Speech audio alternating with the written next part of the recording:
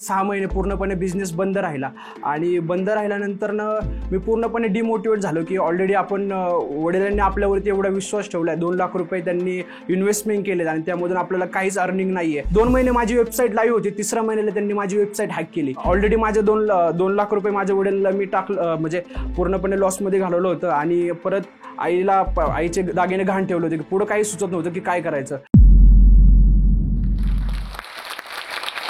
नमस्कार मित्रांनो, माझं नाव स्वप्नील भीमराव ठाकर.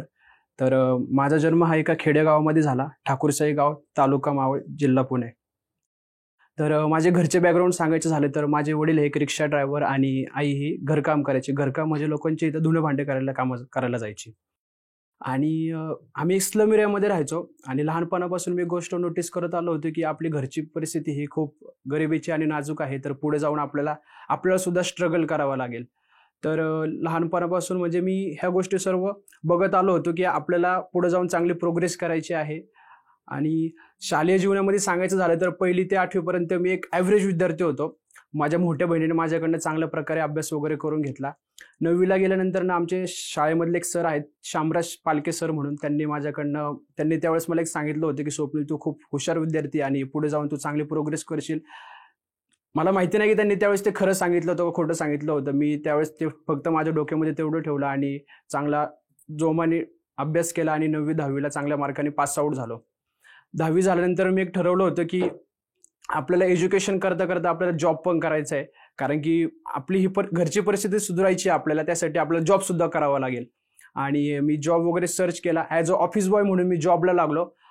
मी फक्त तो 10 ते 15 दिवसच जॉब केला, कारण की त्यावेळेस 3 ते 3,500 रुपये त्यावेळेस पगार होता. बट मी तो जॉब सोडला आणि त्यानंतरनं घरी आलो आणि 2 ते 3 दिवस घरीच होतो. घरच्यांनी मला एक विचारलं की का रे तू जॉबला जात होतं, काय झालं जॉबचं? तर त्यावेळेस सांगितलं की नाही, मला जॉब करायचं नाही, मला स्वतःचं काहीतरी एक साम्राज्य तयार करायचं आहे, मला स्वतःचं काहीतरी एक आयडेंटिटी बनवायची. त्यावेळेस माझ्या डोक्यामध्ये असे काही प्लॅन नव्हते की पुढे जाऊन आपल्याला काय नक्की करायचं आहे, म्हणजे काही टार्गेट, काही अचिव्हमेंट काही नव्हती माझी. त्यावेळेस मला त्यावेळेस सोशल मीडियाचं खूप वेळ लागलं होतं. म्हणजे यूट्यूबवरती मी खूप मोटिवेशनल व्हिडिओ वगैरे खूप काही बघायचो. त्यावेळेस बिल गेट्स, मार्क झुकरबर्ग ह्यांना सुद्धा फॉलो करायचो. त्यावेळेस बिल गेट्स यांनी सांगितलं होतं की आपण गरीब म्हणून जन्माला आलो, यामध्ये आपली चुकी नाहीये, बट आपण गरीब म्हणून जो मेलो तर 100% यामध्ये आपली चुकी. मी या वर्डमुळे एवढा इन्स्पायर झालो की त्यावेळेस काहीतरी ठरवलं की नाही, आपल्याला काहीतरी स्वतःचा काहीतरी आपला बिझनेस करायचा आहे.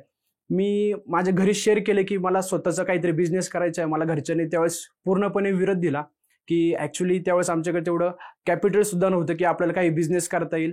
त्यानंतरनं मी 10 ते 15 दिवस खूप शांत होतो. माझ्या वडिलांनी त्यावेळेस मला विचारलं की स्वप्नील, की तुला काही बिझनेस करायचा, तुझ्याकडे काही आयडियाज, काही प्लॅन वगैरे आहे का? त्यावेळेस माझ्याकडे काही आयडियाज, प्लॅन काही नव्हते. मी त्यानंतर 1 महिनाभर पूर्णपणे सर्च केलं मार्केट की काही बिझनेस करता येईल का आपल्याला.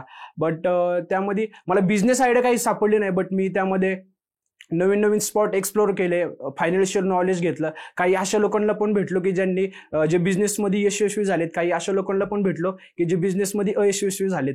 आणि त्यानंतरनं मग ॲक्च्युली आम्ही दरवर्षी गावाला गणपतीचं दर्शन घेण्यासाठी जात असतो. तर त्यावेळेस आम्ही गणपतीचं दर्शन घेण्यासाठी गेलो होतो. आमचं ॲक्च्युली दर्शन वगैरे झाल्यानंतर मग आमचे ॲक्च्युली लेक साईडला एक जमीन आहे. तर आमचे चुलते आणि आमचे वडील म्हणले की चला आपण शेतावरती जाऊन येऊ म्हणून. तर ती आम्ही जमीन बघण्यासाठी गेल्यानंतर आमच्या चुलत्यांनी मला त्यावेळेस प्रश्न विचारला की स्वप्नील, आपल्याला इथं काही बिझनेस करता येईल का? त्यावेळेस मला काही आयडिया नव्हती की काय बिझनेस करता येईल आपल्याला इथं. माझ्या चुलत्यांनी त्यावेळेस मला एक आयडिया दिली. ॲक्च्युली आमच्या इथं फोर्ट्स खूप आहेत, किल्ले खूप आहेत. त्यावेळेस माझ्या चुलत्यांनी मला एक आयडिया दिली की स्वप्नील, इथं आपण म्हणजे टेंट कॅम्पिंगचे काही बिझनेस करू शकतो. ॲक्च्युली तिकडे आमच्या इकडं ट्रॅकिंगसाठी खूप ग्रुप्स वगैरे, टेंट्स वगैरे घेऊन यायचे. त्यावेळेस माझ्या चुलत्यांनी मला एक आयडिया दिली की स्वप्नील, आपण इथं टेंट कॅम्पिंगचा बिझनेस करू शकतो का? बट मला त्यामधली काही आयडिया नव्हती की कसं करायचं, काय करायचं. त्यानंतर मी मार्केटमध्ये सर्च केलं की आपल्याला बिझनेससाठी, टेंट कॅम्पिंग बिझनेससाठी काय काय इक्विपमेंट्स लागतात आणि आपल्याला काय काय परचेस करावं लागेल. त्यानंतर आम्ही पूर्णपणे एक नवीन स्टार्टअप पाहुण्यामध्ये आणायचा ठरवलं. त्यावेळेस हे खूप चॅलेंजिंग होतं की ॲक्च्युली हे टेंट कॅम्पिंग हे बाहेर देशामध्ये खूप चालायचं, कारण आपल्या इंडियामध्ये तेवढी क्रेज नव्हती की टेंट कॅम्पिंगला एवढे लोकांची डिमांड होती.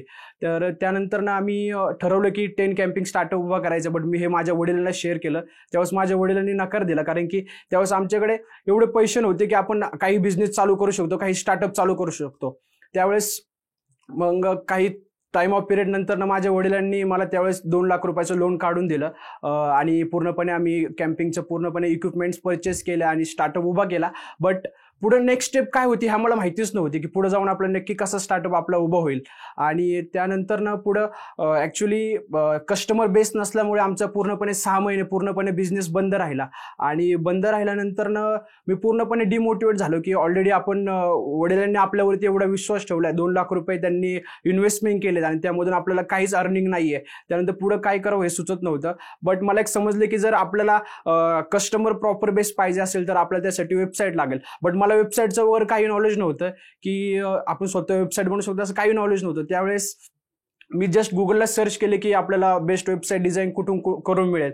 त्यानंतर मला पुण्यामधली कंपनी आहे या ठिकाणी, मी त्या कंपनीचं नाव सांगणार नाही आहे, त्यांच्याकडनं मी इन्स्टिमेट वगैरे मागून घेतलं. त्यांनी मला 50,000चं इन्स्टिमेट दिलं. बट त्यावेळेस माझ्याकडे कॉस्टिंग नव्हती की एवढी आपण वेबसाईट वगैरे डिझाईन करून घेऊ. त्यावेळेस माझ्या आईने पण माझ्यावरती विश्वास ठेवला की आपला मुलगा काहीतरी चांगलं करतोय आणि पुढे जाऊन काहीतरी प्रोग्रेस करेल. तर माझ्या आईने त्यावेळेस मोठ्या आशेने मला म्हणजे त्यावेळेस तिने दागिने घाण ठेवले आणि घाण ठेवून मला तिने 50,000 रुपीज दिले.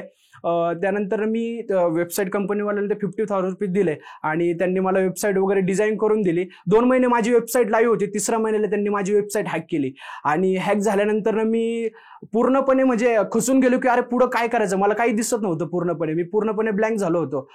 ऑलरेडी माझे 2 लाख रुपये माझ्या वडिलांना मी टाकलं, म्हणजे पूर्णपणे लॉसमध्ये घालवलं होतं आणि परत आईचे दागिने घाण ठेवले होते की पुढं काही सुचत नव्हतं की काय करायचं. बट असं म्हणतात ना की ज्यावेळेस कोणता गुरु नसेल त्यावेळेस आपल्याकडे युट्यूब हा गुरु असतो. त्यावेळेस मला सोशल मीडियाचा खूप वेळ होतो. त्यानंतर मी युट्यूबला सर्च केले की आपल्याला वेब डिझायनिंग आणि सोशल मीडिया मार्केटिंग वगैरे कशी शिकता येईल. तर ते ऑनलाईन कोर्सेस होते, मी ते 2 महिन्यामध्ये पूर्णपणे कंप्लीट केले आणि कंप्लीट केल्यानंतर त्यामध्ये मी माझी स्वतःची pauna.tents.com म्हणून एक वेबसाईट बनवली आणि सोशल मीडिया मार्केटिंग पूर्णपणे शिकलो. बट सोशल मीडिया मार्केटिंग शिकलो म्हणजे असं नाही की बट त्यासाठी सुद्धा आपल्याला ॲडव्हर्टाईजसाठी सुद्धा पैसे पाहिजे. त्यावेळेस माझ्याकडे ॲडव्हर्टाईजसाठी पैसे नव्हते. माझा एक मित्र आहे आकाश लालगुडे म्हणून, त्यावेळेस त्याने मला 5,000 रुपीची मदत केली आणि मला त्यामध्ये एक सोशल मीडियामध्ये गुगल ॲड्स म्हणून एक प्लॅटफॉर्म मिळाल्यानंतर मी स्टार्टिंगला 1,000 रुपये ॲड केले. बट मला त्यामध्ये काही लीड नाही मिळाला. दुसऱ्या सेकंड टर्मला पण मी 1,000 रुपये ॲड केले, मला काही लीड्स मिळाली नाही. बट मी थोडंसं पेशन्स ठेवला आणि 10 ते 15 दिवस गुगल ॲड्सवरती खूप म्हणजे नवीन स्ट्रॅटेजी ॲड ऑन केला आणि ॲड ऑन केल्यानंतर मला त्यावेळेस शुअर 100% कॉन्फिडन्स आला होता की यावेळेस 100% आपल्याला काही ना काही यामध्ये यश भेटणार. आणि मी तुम्हाला या ठिकाणी डेट सांगू इच्छितो की 21 मार्च 2019 मध्ये मला त्या डेटला मला टोटल 70 लोकांची लीड आली आणि तो दिवस माझ्यासाठी गोल्डन ऑपॉर्च्युनिटी ठरली, एक टर्निंग पॉईंट ठरला. त्यानंतर मी म्हणजे 70 लोकांची बुकिंग झाल्यानंतर माझ्या वडिलांनी शेअर केले की आपल्याकडे बुकिंग झालेली आहे.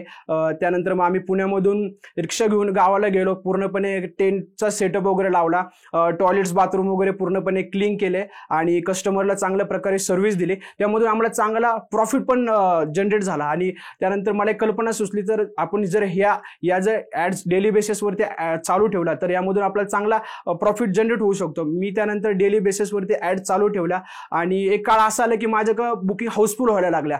बट मला यामध्ये एक दुसरी कल्पना सुचली की जर यामधून आपण लोकांना रोजगार उपलब्ध करून देऊ शकतो असं मला यामध्ये वाटलं.